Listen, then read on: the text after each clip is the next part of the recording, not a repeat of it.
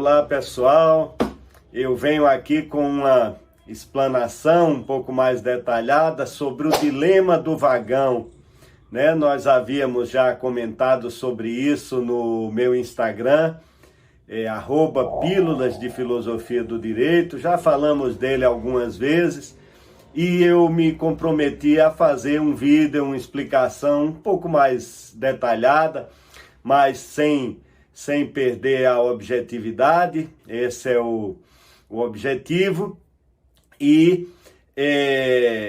decidi fazer aqui no nosso canal do YouTube, né? Agradeço a todos que prestigiam aqui os nossos vídeos e peço que, se gostarem do conteúdo, que se inscrevam no nosso canal, acionem o sininho, as notificações, e também deixem o seu like nos nossos vídeos. Isso é muito importante para que o canal e os vídeos atinjam um número maior de pessoas. Então nós vamos fazer a nossa discussão sobre o dilema do vagão. E eu quero apresentar a vocês esse livro que eu já havia lido, e inclusive cito ele no meu livro Neoconstitucionalismo e Verdade, Limites Democráticos da Jurisdição Constitucional. Então eu utilizei nos estudos do meu doutorado, mas voltei a ele com grande proveito, né? Você Mataria o Homem Gordo, é o título do livro, e ele é escrito pelo David Edmonds, que é um dos mentores de uma página de filosofia muito interessante, chamada Philosophy Bites, que tem também um canal, um podcast no Spotify, e são entrevistas de 15 minutos com filósofos muito, muito bacanas. Então, na nossa preparação aqui, reli realmente e anotei bastante esse livro do David Edmonds, muito interessante. Então eu fiz aqui um pequeno apanhado das questões que eu quero discutir com vocês. Inicialmente, descrever o dilema do vagão. Então, no dilema do vagão, basicamente, um bonde, né? Um trolley, chamado de trolley dilemma ou trolley problem em inglês. Então seria um bonde, ele vem desgovernado, né? E há uma bifurcação da linha desse bonde. E você está situado fora do bonde, né? E você vê aquela situação. O bonde, aparentemente, ele vinha numa direção. Aparentemente não, a ideia é essa. Ele vinha numa direção que, se ele prosseguir naquela direção, ele vai matar 5 pessoas que estão em um dos trilhos, né? E se você que está do lado de fora do bonde aciona um alavanca ali naquela bifurcação, o bonde vai tomar o outro trilho, onde ele matará apenas um homem, né? Então é essa a dúvida do dilema do vagão. Esse é o cenário 1, mais comum do dilema do vagão. E o cenário 2, também comum, porque tem vários outros que outros filósofos propuseram, é a mesma situação. O bonde está indo desgovernado, só que aí não tem mais bifurcação. Ele vai atingir 5 pessoas que estão mais à frente, 100, 200 metros adiante, e vai matá-las, né? E você está numa ponte ferroviária com um homem gordo, né? Essa até causou um certo desconforto, essa ênfase do dilema do vagão, do homem gordo, né? Parece uma coisa um pouco ofensiva, mas a ideia é de que realmente precisava ser, no experimento mental aí, uma pessoa pesada e grande, né, que, jogada ali no trilho, pudesse parar o bonde e evitar que ele matasse as 5 pessoas. Então, por isso, a ideia de colocar ali com você, na ponte ferroviária, esse homem gordo, e lhe perguntar se você, percebendo a situação, se você atiraria com suas mãos, empurraria esse homem gordo no trilho, e ele, por ser pesado, né, ele pararia o bonde e o bonde não mataria as 5 pessoas. É uma outra forma de contrapor aí, né, uma vida em relação a 5 vidas. Então são as duas perguntas. Você viraria a alavanca para matar um homem em vez de 5? E segunda pergunta, você empurraria o homem gordo da ponte ferroviária, sacrificando-o de certa forma para salvar 5 outras pessoas? São essas as questões, né? São dilemas morais, e nessa forma do dilema do vagão, experimentos mentais. E aí muita gente critica porque eles são abstratos, né? Não lhe dão alternativas. Então, quando eu postei no Instagram, as pessoas dizem, não, eu gritaria para que eles saíssem. Essas respostas, apesar de intuitivas e interessantes, no final eu vou voltar a isso, né? Elas não podem ser dadas, no caso. Não podem ser dadas porque o que o experimento quer é justamente ele colocar no dilema entre deixar morrerem 5 ou colocar um outro na situação que morreria, né? E não há outros dados. Esse é o espírito do dilema. Então você não sabe quem são aquelas pessoas, né? Porque se você acrescesse dados sobre as pessoas ou sobre a situação, o dilema se tornaria muito mais complexo e talvez perdesse aí o intuito dos seus formuladores. Então, mas há variações em que você diz, não, olha, aquele homem único é o único que tem uma família, né? Os outros não têm. Ou aquele único homem, ele seria responsável pela cura do câncer dentro de algum tempo.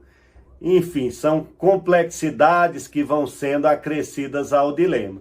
Mas, em tese, o dilema não comporta isso, né? Quanto ao dilema moral, há vários dilemas morais, as pessoas se defrontam com isso, né? Todo tempo, nas nossas vidas, muitas vezes comuns, como em situações extraordinárias. Então eu só lembro aqui, né, dilemas como o de Churchill na Segunda Guerra, que é mencionado aqui por David Edmonds. Então Churchill, os alemães atacaram Londres e estavam achando que as bombas estavam caindo no centro de Londres, mas elas estavam caindo em um subúrbio de Londres. E estavam matando menos pessoas, né? E estavam caindo naquele subúrbio. E aí alguns agentes duplos britânicos, orientados pelo governo, né? Acabaram dizendo aos alemães que as bombas estavam acertando sim o alvo do centro de Londres, ou na cidade mesmo. Então os alemães continuaram mandando as bombas na mesma direção e atingindo uma periferia, né? Talvez de pessoas mais pobres, mas matando menos gente. Então se diz se isso foi certo ou não, né?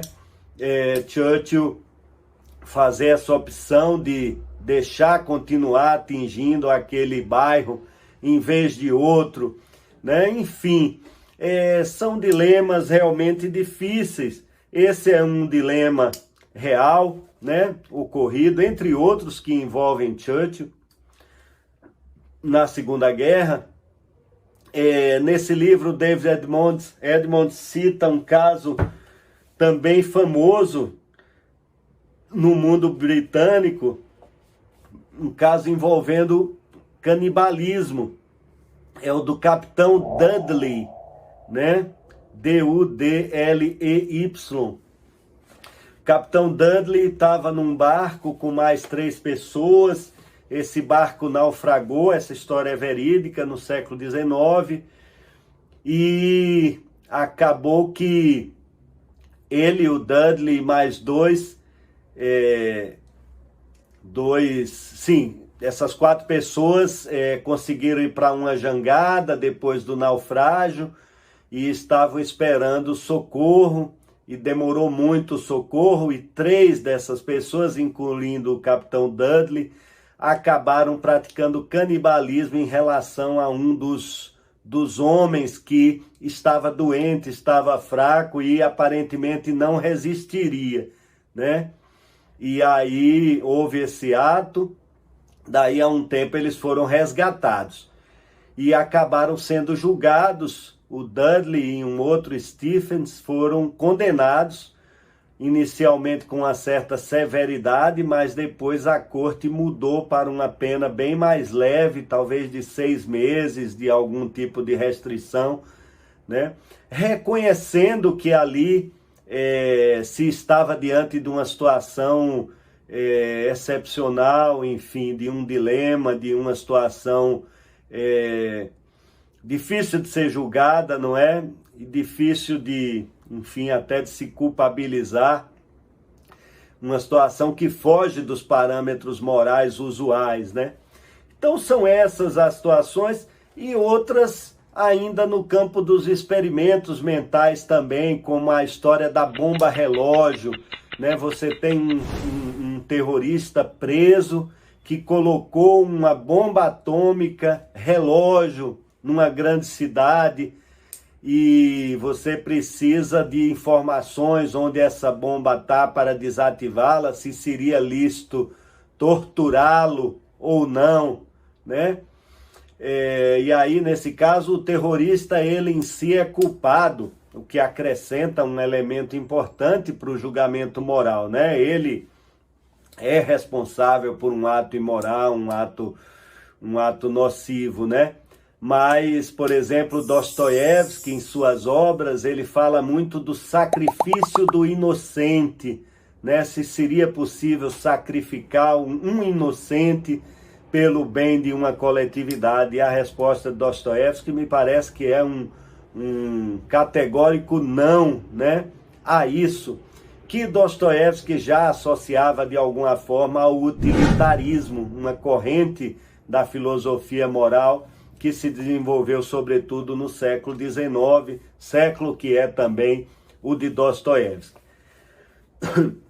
Então, basicamente, no dilema do vagão, o que se vislumbra de imediato é a contraposição entre 2 tipos de pensamento ético, né? A ética deontológica e a ética consequencialista. Então, a ética deontológica está ligada a Kant, né? Kant e o seu imperativo categórico, uma concepção de que a lei moral é absoluta e não pode ser desobedecida sob nenhuma hipótese. Então, é famosa aquela passagem de Kant em que ele se pergunta: você está escondendo um prisioneiro?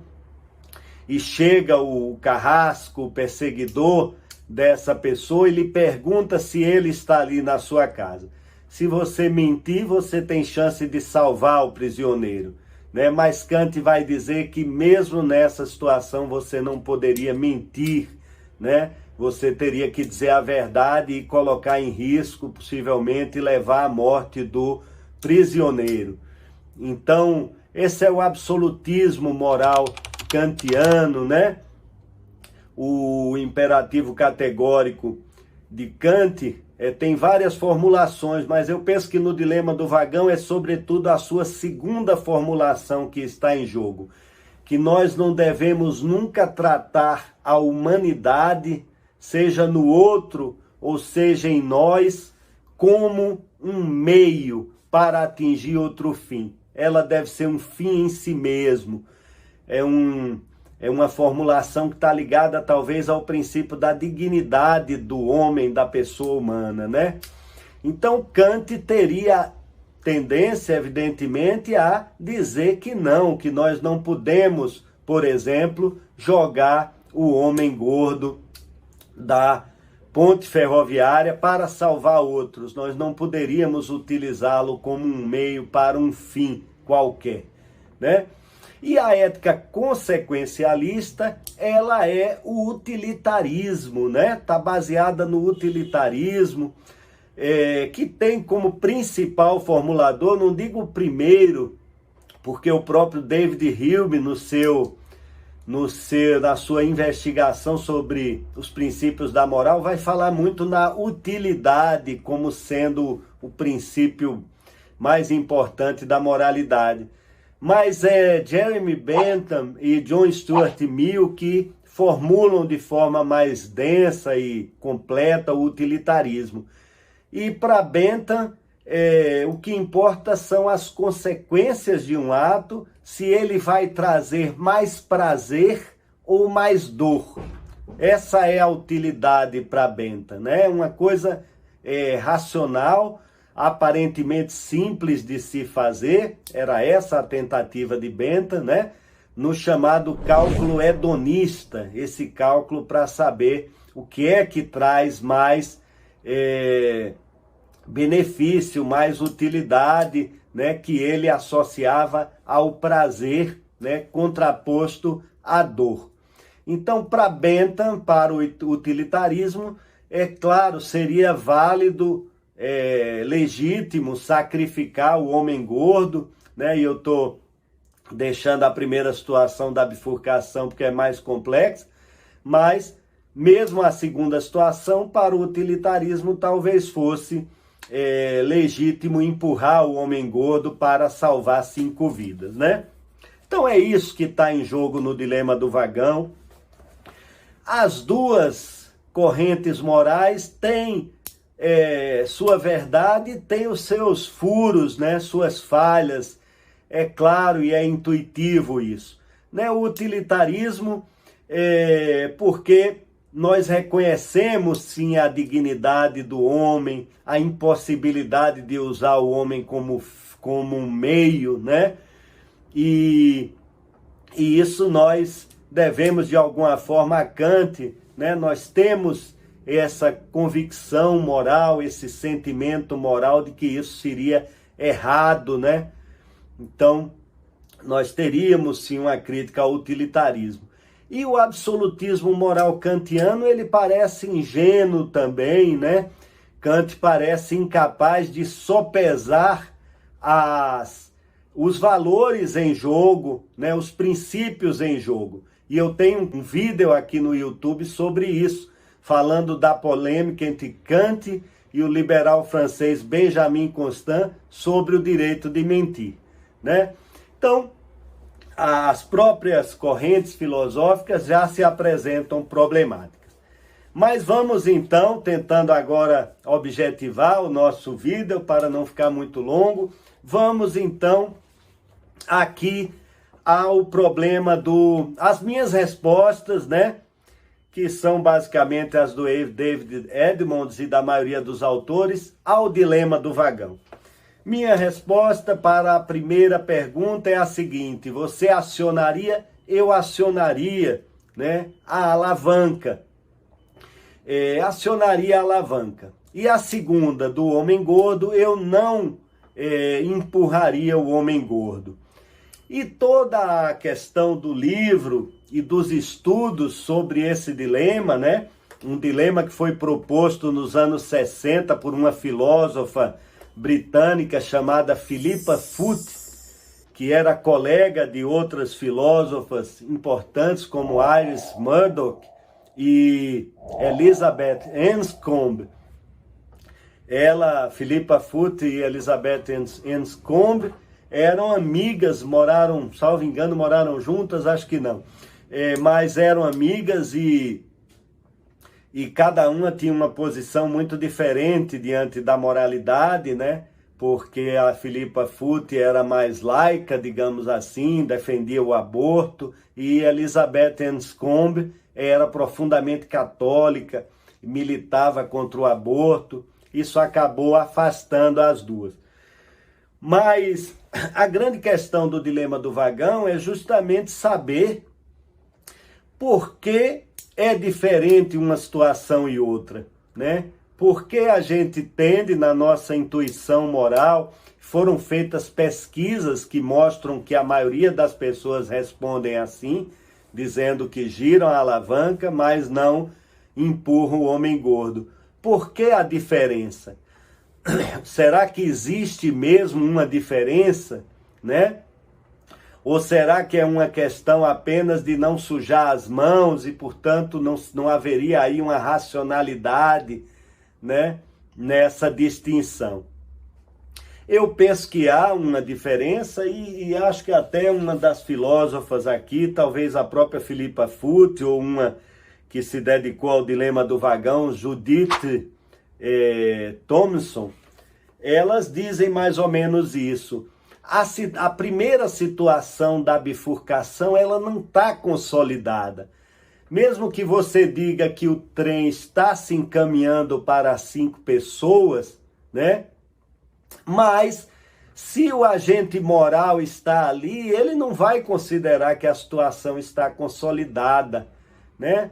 Tem algo aí que nos diz que a gente poderia agir, né? Que estaria, né, no nosso poder girar a alavanca. Que nós não estaríamos, nesse caso, assassinando, digamos assim, o homem que está no outro trilho, né? E já no caso do homem gordo, né, me parece que a situação está consolidada quanto ao seu direito de não ser molestado, de não ser prejudicado, né?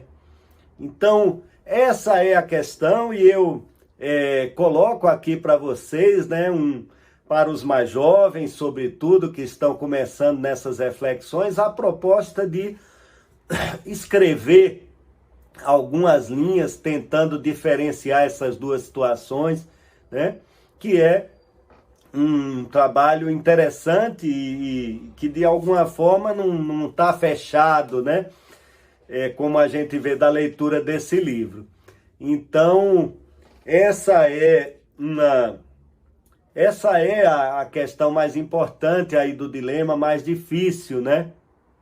E é importante citar o David Edmonds e essas filósofas também, elas falam muito em uma doutrina de São Tomás de Aquino chamada a doutrina do duplo efeito, DDE, doutrina do duplo efeito, Doctrine of the Double Effect em inglês, então a sigla é a mesma. E São Tomás já estava, de alguma forma, às voltas com esse problema. Ele reconhecia que às vezes a gente agia buscando um objetivo, buscando um efeito, mas causávamos um outro efeito negativo com a nossa ação. Então ele estabelece uma série de regras, né, para que esse efeito negativo seja aceitável, para que essa ação seja aceitável, essa ação que provoca 2 efeitos. E basicamente o que ele diz é assim, olha, o efeito negativo não pode ser desejado por você. Você tem que estar visando o efeito positivo. O efeito negativo é uma mera... Você o vislumbra, mas você não o quer. E o David Edmonds diz que a doutrina do duplo efeito resolve essa pergunta sobre a diferença entre o cenário 1 e 2. Que no caso da alavanca, nós vislumbraríamos a morte daquela uma pessoa, né? Mas nós não estávamos querendo isso, né? Nós estávamos querendo salvar 5 pessoas. E que no caso do homem gordo, não. Que ali nós estávamos efetivamente desejando a morte do homem gordo. Eu, particularmente, não me convenci do uso da doutrina do duplo efeito para resolver o dilema. Eu acho que ela não resolve, porque também no caso do homem gordo, nós não estaríamos desejando a morte do homem gordo. Nós faríamos aquilo numa contingência, numa necessidade, né? ainda a título de provocação, antes de concluir, eu deixo a vocês a sugestão também de analisar a questão sobre o aspecto do direito penal, né? Ou para acusar ou para defender o agente moral, tanto no primeiro cenário quanto no segundo, né? Haveria aí ou não alguma excludente de antijuridicidade? Como vocês respondem a isso?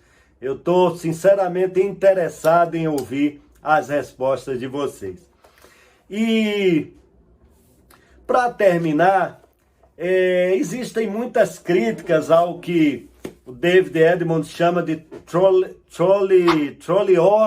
trolleology, né? Que é essa importância tão grande que o dilema do vagão ganhou na literatura filosófica anglo-saxã. Então alguns vêm e dizem, olha, o dilema não serve para nada, o dilema é uma bobagem, é uma perda de tempo.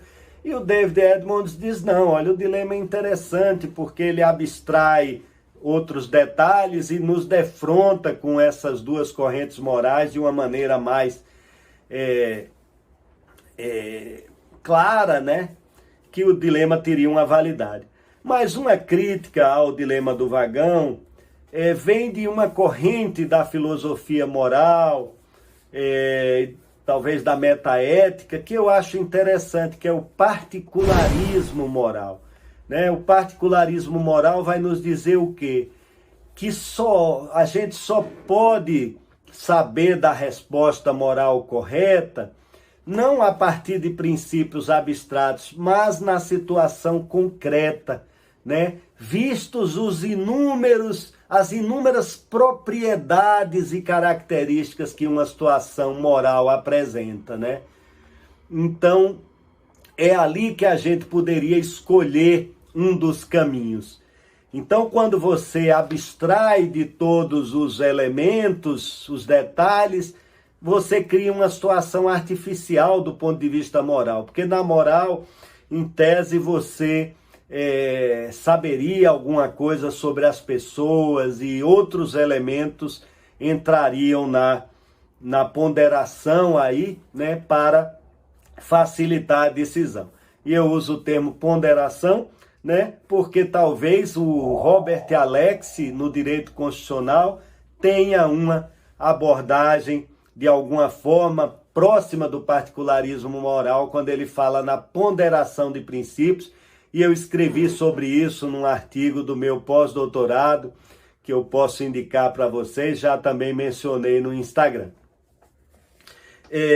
Para encerrar, né, sobre essa questão do particularismo, eu estou lendo um livro sobre a filosofia chinesa, né, The Path, o caminho, né, o Tao ou Dao chinês, que é o caminho, sobre filósofos chineses antigos, né? E eu estou aqui numa primeira parte, já terminei a parte de Confúcio, e a parte final basicamente nos diz que Confúcio era, né, sem esse rigor teórico, evidentemente, mas era um particularista, né, que ele não nos dava uma resposta do que é o bem, do que é a bondade, mas que nós estaríamos habilitados a saber o que é a bondade em cada caso particular, se a gente conseguisse ouvir, captar bem, né, cada situação. Então, com o uso da nossa sensibilidade, das nossas emoções, da nossa razão, nós saberíamos sim, né, o que é o bem e o que é que deve ser feito. Então é isso. Muito obrigado. Não esqueçam de dar o like se gostaram aqui do nosso vídeo, que ficou aí em meia hora, mais ou menos, o que eu achei que era necessário. Obrigado.